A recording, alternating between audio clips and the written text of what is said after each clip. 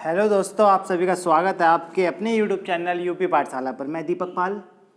भाई, जैसे कि आपको पता है कि आपके लिए पर्यावरण की एक श्रृंखला चल रही है।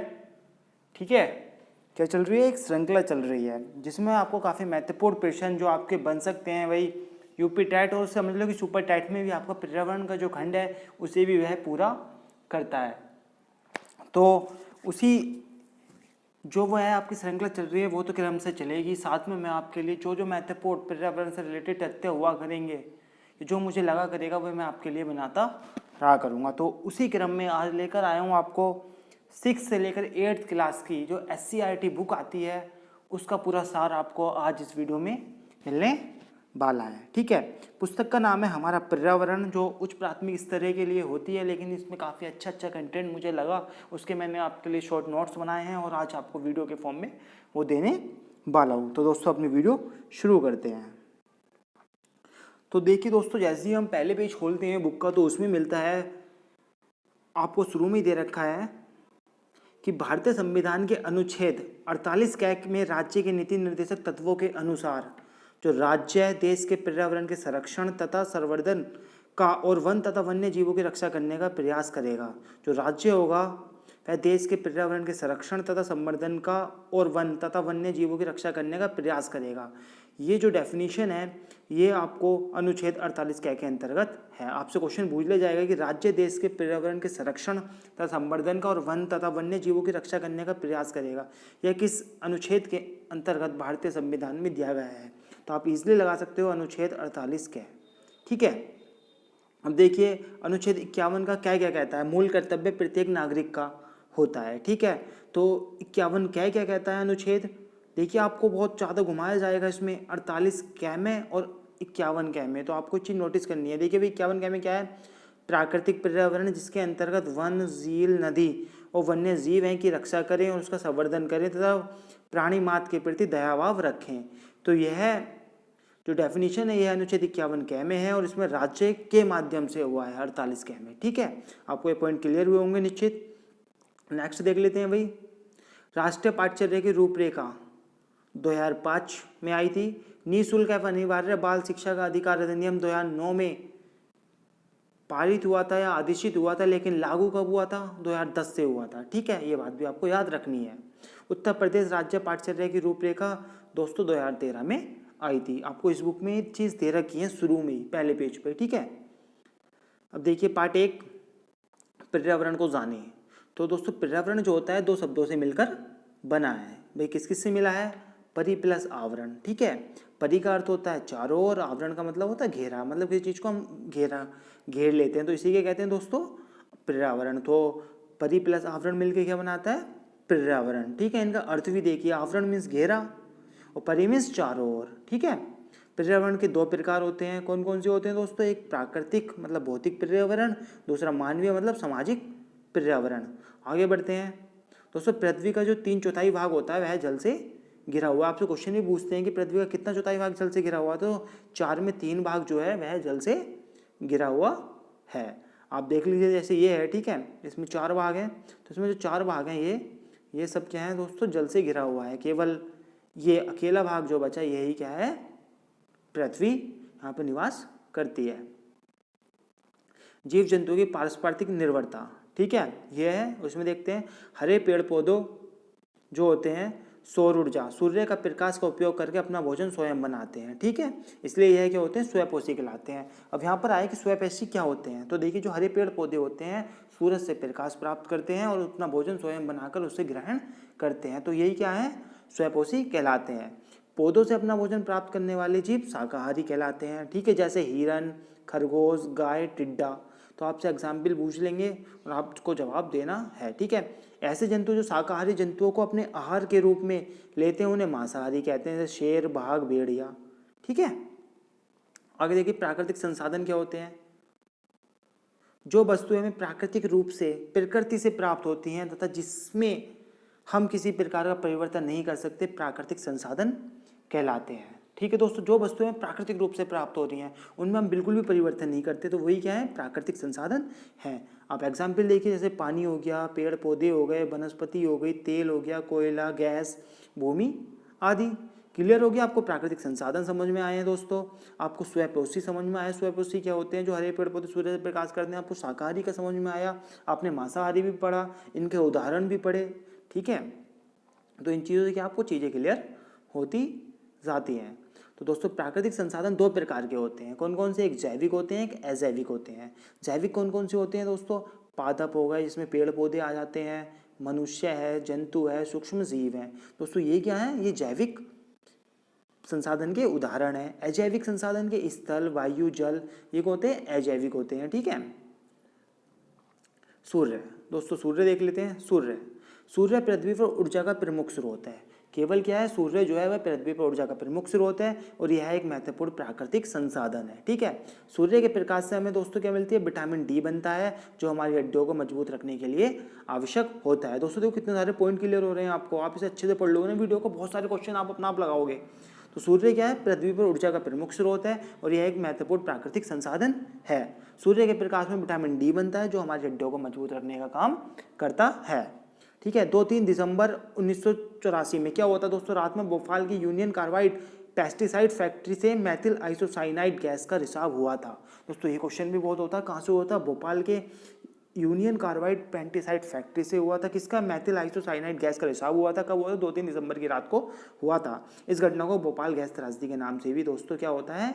जाना जाता है। भाई बहुत ही महत्वपूर्ण क्वेश्चन है, इंपॉर्टेंट लगा लीजिए, हमेशा रिपीट होता आया है, ठीक है। डीडीटी क्या है दोस्तों? एक रसायन पदार्थ है, ठीक है। क्या है? रसायन पदार्थ है, जो क्या करता है? फसलों को नुकसान पहुंचाने वाले कीटों को नष्ट करने हेतु इसका प्रयोग किया जाता है। मानव व मनुष्य के लिए अत्यधिक हानिकारक है, क्योंकि यह काफ़ी समय तक मिट्टी में उपस्थित रहता है और नष्ट भी नहीं होता है। तो दोस्तों आपसे पूछेंगे डीडीटी क्या है, तो आप बता सकते हो एक रसायन पदार्थ है, फसलों को नुकसान पहुंचाने वाले कीटों को नष्ट करने हेतु इसका प्रयोग किया जाता है।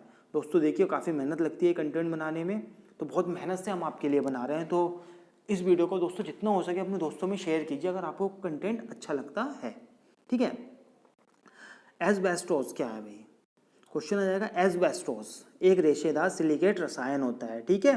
शरीर के अंदर पहुंचकर फेफड़ों व श्वसन क्रिया को प्रभावित करता है। एस्बेस्टोसिस नामक बीमारी का कारण भी यही एक रेशेदार सिलिकेट रसायन होता है, ठीक है। आगे देखिए पारा मरकरी Hg एक भारी धातु है जो सामान्य तापमान पर लिक्विड अवस्था में पाई जाती है। दोस्तों क्वेश्चन आता है कि सामान्य तापमान पर लिक्विड अवस्था में कौन सी धातु पाई जाती है, तो पारा मरकरी इसे ही कहते हैं, ठीक है।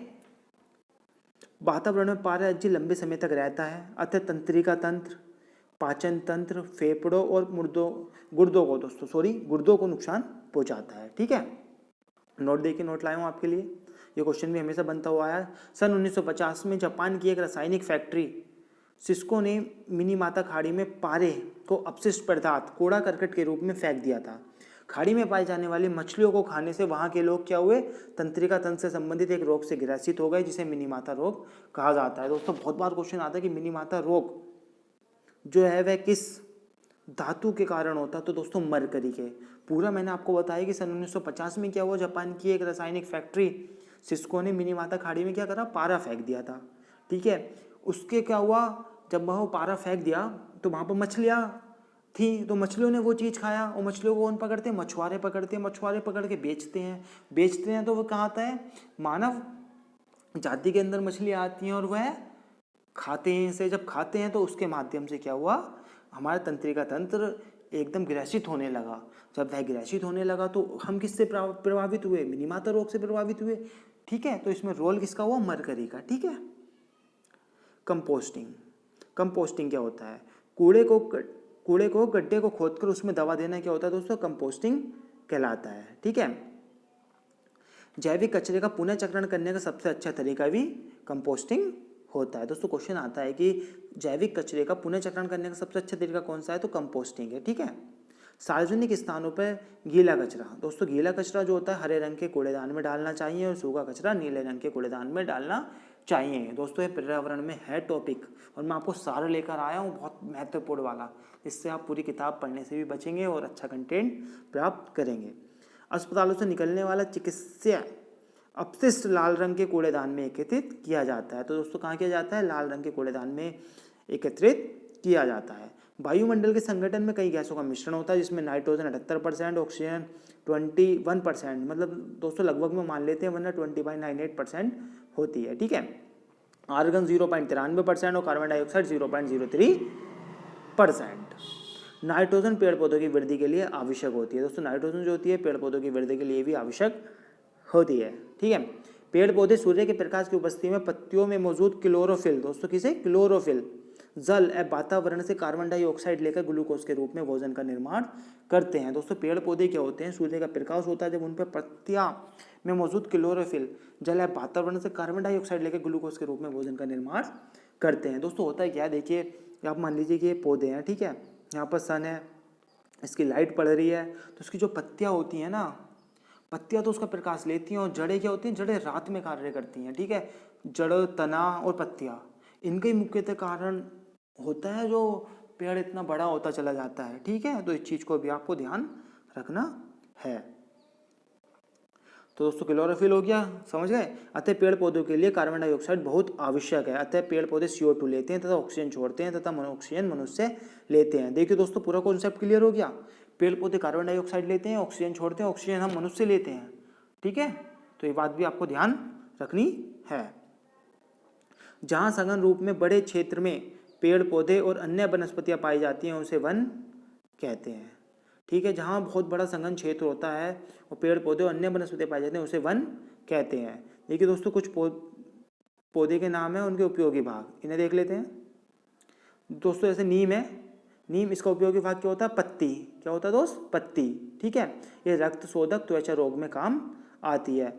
इसबगोल बीज, इसबगोल बीज दोस्तों बुस्सी, इसका उपयोगी भाग क्या होता है, बुस्सी होता है, पेचिश से कवच ठीक करने में काम में इसे लिया जाता है। सिनकोना बहुत इंपॉर्टेंट है। छाल, मलेरिया की दवा बनाने में काम आती है सिनकोना की छाल। ठीक है, जामुन से बीजों का चूर्ण बनता है जो मधुमेह में लाभदायक होता है। दोस्तों अगला पॉइंट है घड़ियाल प्रजनन केंद्र उत्तर प्रदेश में कहाँ है भाई, कुकरेल वन है लखनऊ में, और कतरनिया घाट वन्य जीव विहार कहाँ है दोस्त, बहराइच में। क्वेश्चन पूछा जाता है, कुकरेल वन लखनऊ में है और कतरनिया घाट वन्यजीव विहार बहराइच में है। दोस्तों प्रोजेक्ट एलिफेंट 1992 में चलाया गया था। लोयन सफारी पार्क कहाँ है दोस्तों, इटावा में है, और भारत का पहला night safari park greater Noida में ओपन किया गया था। तीनों पॉइंट आपको क्लियर हुए होंगे। ऑपरेशन ग्रीन योजना दोस्तों 1 जुलाई 2001 से शुरू हुई थी उत्तर प्रदेश में। ऑपरेशन ग्रीन योजना कहाँ हुई थी दोस्तों, 1 जुलाई 2001 से शुरू हुई थी उत्तर प्रदेश में। उद्देश्य क्या था इसका, हरित क्षेत्र का विस्तार है, वनों उद्यानों का उन्नयन करना, इसका क्या था दोस्तों, उद्देश्य था। ठीक है, अब है वन महोत्सव। वन महोत्सव जो है 1992 से देश के साथ प्रदेश में भी 1 जुलाई से 7 जुलाई तक मनाया जाता है। दोस्तों क्वेश्चन आता है कि वन महोत्सव कब मनाया जाता है, तो 1 जुलाई से 7 जुलाई के बीच वन महोत्सव मनाया जाता है। उत्तर प्रदेश वानिकी परियोजना विश्व बैंक की सहायता से 19 मार्च 1998 से शुरू की गई। ठीक है, थोड़ा सा याद रख लेना क्योंकि आपकी बुक में दिया हुआ तो क्वेश्चन कहीं से भी बन सकता है। विश्व वन दिवस दोस्तों कब मनाया जाता है, 21 मार्च को मनाया जाता है। विश्व जल दिवस 22 मार्च को मनाया जाता है। विश्व पृथ्वी दिवस 22 अप्रैल को मनाया जाता है। विश्व जैव विविधता दिवस 22 मई को मनाया जाता है। विश्व पर्यावरण दिवस 5 मई को मनाया जाता है। ठीक है, ये सब आपको दोस्तों रटे हुए होने चाहिए। जब मैं याद कर सकता हूँ तो आप भी याद कर सकते हो। परिस्थिति दोस्तों, परिस्थिति इकोलॉजी, एक होता है दोस्तों परिस्थिति तंत्र इकोसिस्टम, एक होता है परिस्थिति इकोलॉजी। शब्द का अर्थ क्या है दोस्तों, परिवेश का अध्ययन। ठीक है, पूरे परिवेश का अध्ययन इसका अर्थ होता है। जहाँ सजीव व निर्जीव घटक मिलकर एक तंत्र बनाते हैं दोस्तों उसे परिस्थिति तंत्र कहते हैं। ये देखिए, जहाँ सजीव व निर्जीव घटक मिलकर एक तंत्र बनाते हैं उसे परिस्थिति तंत्र कहते हैं। और परिस्थिति का मतलब होता है परिवेश का अध्ययन। ठीक है, इसके 2 घटक होते हैं वही परिस्थिति तंत्र के। एक होता है दोस्तों सजीव घटक। सजीव घटक में क्या होता है दोस्तों, पेड़ पौधे, पशु पक्षी, मनुष्य तथा सूक्ष्म जीव आते हैं। ठीक है, यह घटक एक दूसरे के लिए पोषण आहार का कार्य करते हैं। पोषण के आधार पर इन्हें 3 भागों में बांटा गया है। जो पेड़ पौधे आते हैं, पशु पक्षी आते हैं, मनुष्य आते हैं, सूक्ष्म जीव आते हैं, घटक एक दूसरे के लिए पोषण आहार का कार्य करते हैं। पोषण के आधार पर इन्हें 3 भागों में बांटा गया है। कौन कौन से हैं दोस्तों, एक उत्पादक, जो सजीव घटक अपना भोजन स्वयं बनाते हैं वे स्वयंपोषी कहलाते हैं, उन्हें उत्पादक कहते हैं, जैसे हरे पेड़ पौधे। ठीक है, उपभोक्ता देखिए भाई, जो जीव भोजन के लिए प्रत्यक्ष या अप्रत्यक्ष रूप से उत्पाद अर्थात हरे पौधों पर निर्भर रहते हैं उन्हें उपभोक्ता कहलाते हैं। भोजन के लिए दूसरों पर निर्भर रहने के कारण इन्हें परपोषी भी कहते हैं। उपभोक्ता को 3 भागों में बांटा गया है। प्रथम चरण उपभोक्ता है दोस्तों, जो शाकाहारी जंतु भोजन के लिए सीधे उत्पादक अर्थात हरे पेड़ पौधों पर निर्भर करते हैं, प्रथम चरण उपभोक्ता कहलाते हैं। मनुष्य, गाय, बकरी, हिरण, खरगोश आदि पेड़ पौधों पर निर्भर रहते हैं। द्वितीय चरण उपभोक्ता, जो जानवर शाकाहारी जंतुओं को भोजन के रूप में प्रयोग करते हैं, द्वितीय चरण उपभोक्ता कहलाते हैं। शेर, चीता, भेड़िया आदि बकरी, हिरण, खरगोश का शिकार करते हैं। तृतीय चरण उपभोक्ता, शेर, चीता आदि को मृत अवस्था में भोजन के रूप में ग्रहण करने वाले जीव तृतीय चरण उपभोक्ता या अपमार्जक डिकम्पोजर कहलाते हैं। जैसे गिद्ध, बाज, चील, तकोया मृत जानवरों का मांस खाते हैं। ठीक है। अपघटक लास्ट बहुत ही महत्वपूर्ण है। प्रकृति में कुछ जीव ऐसे होते हैं जो मृत जीवधारियों या सड़ी गली वस्तुओं को खाकर इनसे पोषण प्राप्त करते हैं, जैसे बैक्टीरिया, कवक, मृतपोषी कहा जाता है। ठीक है दोस्तों, क्वेश्चन मैंने आपको पूछे हैं पहले और दूसरे जो आपको टेस्ट लिया था, क्वेश्चन प्रैक्टिस में कराता हूँ, उसमें ये सभी क्वेश्चन आपको मिले हुए होंगे। अब आपको ये वीडियो देखकर अलग ही एक एनर्जी मिलने वाली है। निर्जीव घटक, पर्यावरण के निर्जीव घटक के अंतर्गत जिस स्थल मंडल, जल मंडल, वायुमंडल आते हैं। ठीक है। निर्जीव घटक के कारण ही सजीवों का विकास बेहतर ढंग से संभव है। पर्यावरण के जैविक और अजैविक घटक एक दूसरे से परस्पर संबंधित है, दोनों ही एक दूसरे को प्रभावित करते हैं। अब देखते हैं दोस्तों आहार श्रृंखला। आहार श्रृंखला मतलब फूड चेन, किसी भी परिस्थिति तंत्र में जीव जंतु के भोजन से संबंधित कड़ी या श्रृंखला को आहार श्रृंखला कहते हैं। आहार श्रृंखला के एक सिरे पर उत्पादक एवं दूसरे सिरे पर सर्वोच्च उपभोक्ता होते हैं। ठीक है। एक सिरे पर तो दोस्तों आपको उत्पादक मिल जाएंगे, जैसे यहाँ पर मतलब कुछ भी हमने एक चैन सी बना दी बड़ी बड़ी। ठीक है। इस प्रकार से एक चैन बना दी। ठीक है। एक चैन बनी हुई है, यहाँ पर आपको उत्पादक मिल जाएंगे। ठीक है। एक सिरे पे उपभोक्ता मिल जाएंगे। तो ये चीज़ यहाँ पर होने वाली है। ठीक है। किसी भी परिस्थिति तंत्र में जीव जंतु के भोजन से संबंधित कीड़े श्रृंखला को कहते हैं आहार श्रृंखला कहते हैं। आहार श्रृंखला के एक सिरे पर उत्पादक है, एक सिरे पर उपभोक्ता होते हैं। देखिए दोस्तों ये है आहार श्रृंखला। ठीक है।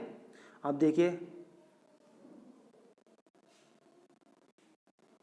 ये देखिए दोस्तों वन का देख लेते हैं। वन का, ठीक है, घास के मैदान की बात हो रही है। देखिए यहाँ पर आपको उत्पादक मिले हैं, इन्हें क्या हुआ, इन्हें किसने खाया, इसने खाया लोमड़ी ने। ठीक है। एक श्रृंखला चल रही है, पेड़ पौधे खा के लोमड़ी बड़ी हुई, फिर लोमड़ी को किसने खाया, चीते ने। तो दोस्तों ये क्या है, एक श्रृंखला है। ये देखिए भी ये वन है, कीड़े हैं, फिर ये मतलब एक श्रृंखला चल रही है उच्चतर क्रम में। ठीक है। किसमें, उच्चतर क्रम में। जो जो जैसे जैसे जिस जानवर को खाता जाता है उस क्रम में बढ़ते जाते हैं। जैसे जल में कीड़े हैं, इसे टिड्डे ने खाया, टिड्डे को मछली ने खाया, मछली को बत्तख ने खाया, बत्तख को फिश के ऊपर कोई ना कोई आपको मिल जाएगा। ठीक है।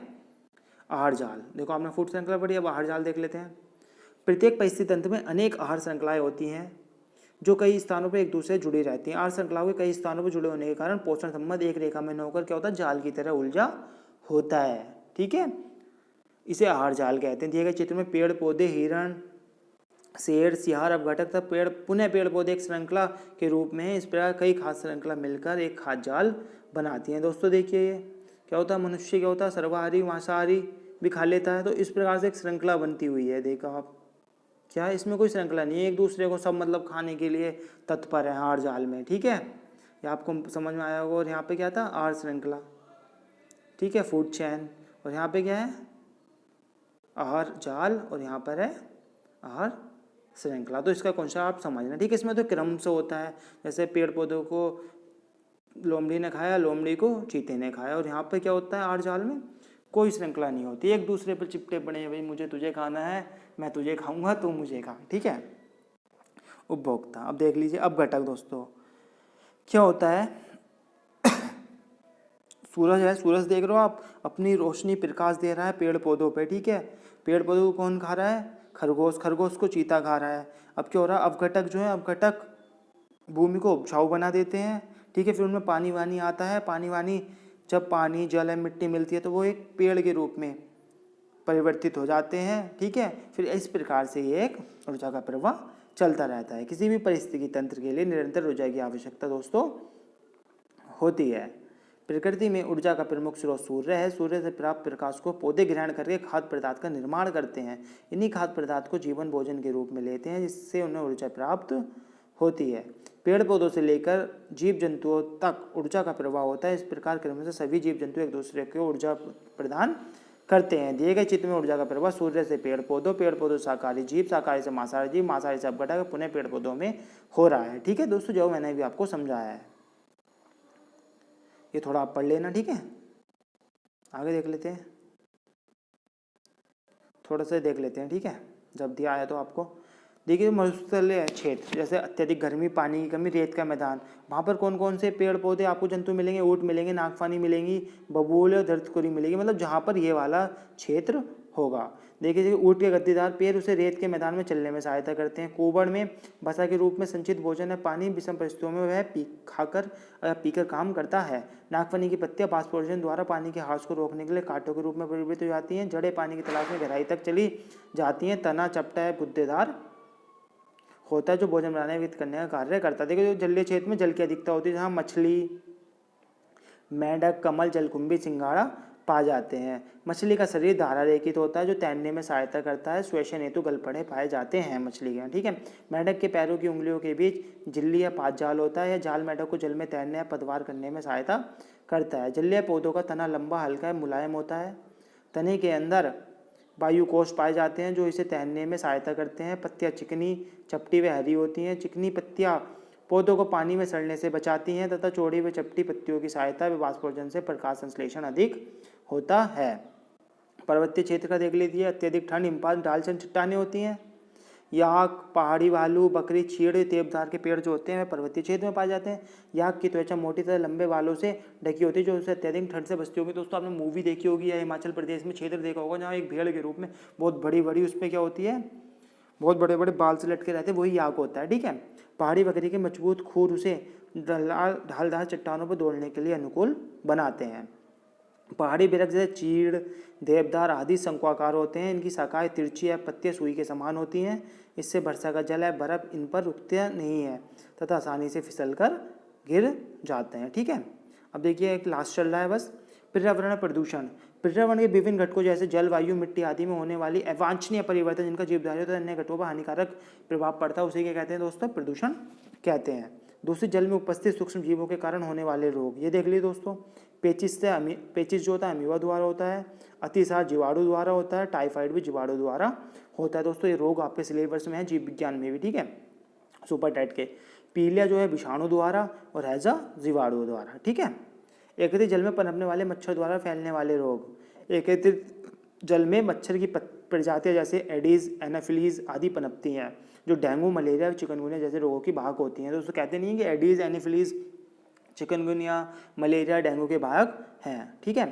फ्रीज, एयर कंडीशनर आदि से क्लोरोफ्लोरोकार्बन गैस निकलती है, CFC, ठीक है, CFC क्लोरोफ्लोरोकार्बन गैस निकलती है, जो ओजोन परत का क्षरण करती है। ओजोन परत में सूर्य की हानिकारक परिवैंगनिक किरणों से बचाती है। दोस्तों वायु में कार्बन डाइऑक्साइड की अधिकता हरित गृह प्रभाव, ग्रीन हाउस इफेक्ट का निर्माण करती है। इसकी अधिकता भूमंडलीय तापमान का कारण बन रही है, जिससे ध्रुवीय बर्फ तीव्र गति से पिघल रही है। दोस्तों देखो जैसे पृथ्वी होती है, ठीक है, ये आपको पता है क्या होता है, नॉर्थ या साउथ पोल होता है। यहाँ पे क्या होता है, ध्रुवीय। इसी के कारण क्या हो रहा है दोस्तों, बर्फ पिघल रही है, जिससे बाढ़ का खतरा इन वाले क्षेत्रों में बढ़ जाता है जो इसके नज़दीक हैं, ठीक है। इसकी अधिकता भूमंडलीय तापमान का कारण बन रही है, जिससे ध्रुवीय बर्फ तीव्र गति से पिघल रही है। और बाढ़, समुद्री जल स्तर वृद्धि व तटीय क्षेत्रों के डूबने के खतरे बढ़ते जा रहे हैं। ध्वनि प्रदूषण देख लेते हैं दोस्तों थोड़ा सा। ध्वनि की तीव्रता मापने की इकाई क्या है दोस्तों, डेसिबल है, याद रखना। 80 डेसिबल से अधिक तीव्रता की ध्वनि कानों पर बहुत विपरीत प्रभाव डालती है। मतलब 80 डेसिबल से ऊपर की आवाज़ आप सुन ही नहीं सकते, ठीक है। ग्रीन मफलर बहुत बोला जाता है, ध्वनि प्रदूषण से संबंधित है। और सड़कों के किनारे लगे वृक्ष जो होते हैं वे ग्रीन मफलर का काम करते हैं। इससे जो हॉर्न वोरन बजता है तो प्रदूषण को कम करते हैं, ठीक है। ई कोलाई एक अत्यधिक सूक्ष्म जीवाणु है, जिससे आर्थ्रोपोड या पेचिस होती है, ठीक है। लास्ट है ये मथुरा रिफाइनरी तेल शोधक कारखाना। जो दोस्तों मथुरा में रिफाइनरी तेल शोधक कारखाना है, वह सल्फर डाइऑक्साइड धुएं के रूप में निकलती है वहाँ से, ठीक है, जिससे ताजमहल की सुंदरता को खतरा हुआ, उसका रंग भद्दा हो रहा है, ठीक है। मथुरा की रिफाइनरी से सल्फर डाइऑक्साइड गैस निकल रही है, जो ताजमहल के रंग को प्रभावित कर रही है, ठीक है। तो ये चीज़ आपको याद रखनी है। भूकंप की तीव्रता मापन सिस्मोग्राफ द्वारा होता है, रिएक्टर मापक के आधार पर किया जाता है, ठीक है। तो भूकंप तीव्रता की मापक है वो सिस्मोग्राम द्वारा होता है और रिएक्टर मापक के आधार पर से किया जाता है। चार्ल्स इस रिएक्टर ने 1935 में इसका आविष्कार किया था। तो दोस्तों आज हमने 6 से 8 तक की किताब का पूरा पढ़ लिया है, पूरा सार देख लिया है और आशा करता हूँ कि आपको बहुत ज़्यादा पसंद आया होगा। अगर आपको पसंद आता है तो अपने दोस्तों में शेयर कीजिए। तो इसी प्रकार की वीडियो के लिए आप हमारे चैनल से जुड़े रहिए। मिलते हैं अगले वीडियो में आप सभी के साथ।